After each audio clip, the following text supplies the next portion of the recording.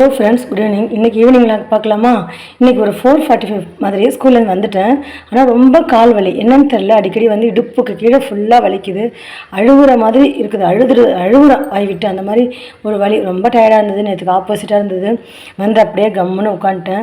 சரி, நம்ம குளிக்க போயிட்டால் பசங்க வந்து கதவை தட்டிகிட்டு இருப்பாங்க. ஒரு வழியாக பசங்க வந்தோடனே கதவை திறந்து விட்டு அதுக்கப்புறம் நம்ம குளிக்க போகலான்னு சொல்லிட்டு 5:30 வரைக்குமே அப்படியே உட்காந்துருந்தேன். 5:30க்கு தான் பசங்க வந்தாங்க. அதுக்கப்புறம் என்ன பண்ணேன், நான் குளிச்சுட்டு வந்துடுறேன்ப்பான்னு சொன்னேன்.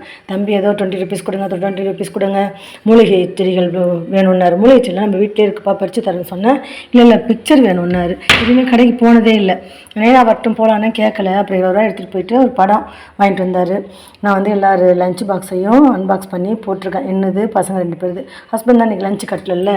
அதுக்கப்புறம் தம்பி கெஞ்சி கொஞ்சம் போய் மேலே துணி காய்தி எடுத்துகிட்டு வந்துடுறி, என்னால் முடியலை, கால் வலிக்குதுன்னு சொன்னேன்.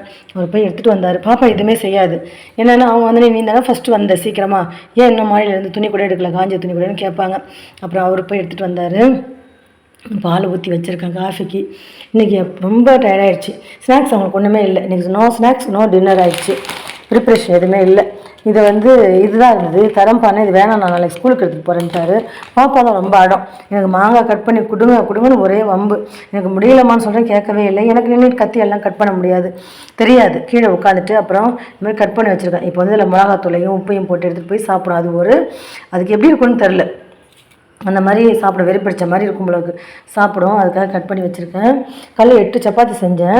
அதில் பாருங்களேன், 2 சப்பாத்தி மீதி இருக்குது. நான் 2 ஸ்கூலுக்கு எடுத்துகிட்டு போய் சாப்பிட்டேன். நான் 2 எடுத்துகிட்டு போனேன். ஹஸ்பண்ட் 1 தான் சாப்பிட்டு போயிருக்காங்க.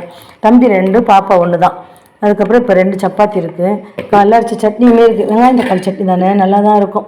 சரி, அதுக்கு ஒரு தோசை ஊற்றி கொடுத்துடலாம். ஹஸ்பண்ட் வந்து மேரேஜுக்கு போகிறாங்க, ஊருக்காரவங்க மேரேஜ் போகிறாங்க. என்னையும் நான் கூப்பிடுறாங்க. ஒரு பக்கத்தில் தான், ரொம்ப பக்கம்தான் மண்டபமோ.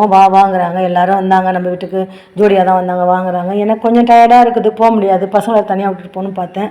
கூப்பிடுறாங்க, எப்படி இருக்குதுன்னு தெரில. குளிச்சுட்டு வந்துட்டேன். சாரியை துவைச்சிட்டு பசங்க வந்தோடனே குளிச்சுட்டு வந்துட்டேன். இதுக்கப்புறம் மேரேஜுக்கு போகிறதா இல்லையான்னு சொல்லிட்டு டிசைட் பண்ணிக்கிறோம். இல்லைன்னா அவங்க மட்டும் போவாங்க. எங்களுக்கு தானே, பசங்களுக்கும் எனக்கு தான். தோசை ஊற்றிக்கலாம். அந்த சப்பாத்தி யார் சாப்பிட்றாங்கன்னு கேட்கலாம். அவங்க சப்பாத்தி வேணாம், காலைல செஞ்சதுன்னு சொன்னாங்கன்னா நான் தான் சாப்பிட்ணும். இப்போ வந்து இதெல்லாம் அடுக்கணும். காலைல தேய்ச்செல்லாம் அடுக்கணும். இப்போ இதெல்லாம் வந்து க்ளீன் பண்ணணும். அப்புறம் தம்பி துணியெல்லாம் எடுத்தாந்து போட்டிருக்காரு, மடிக்கணும். ஒரு நாள் இன்பமும் துன்பமும் சேர்ந்ததுன்னு வாழ்க்கை. ஒரு நாள் முடியும், ஒரு நாள் முடியலை.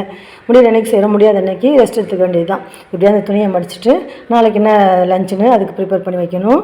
இந்த ஈவினிங் விலாகு இன்றைக்கி ஒன்றுமே இல்லை, கண்டென்ட்டே ஒன்றும் இல்லை. நான் சொல்கிறேன், இந்த ஈவினிங் விலாக் உங்களுக்கு பிடிச்சிருந்தா லைக் பண்ணுங்கள், ஷேர் பண்ணுங்கள், கமெண்ட்ஸ் பண்ணுங்கள், எனக்கு சப்போர்ட் பண்ணுங்கள் ஃப்ரெண்ட்ஸ்.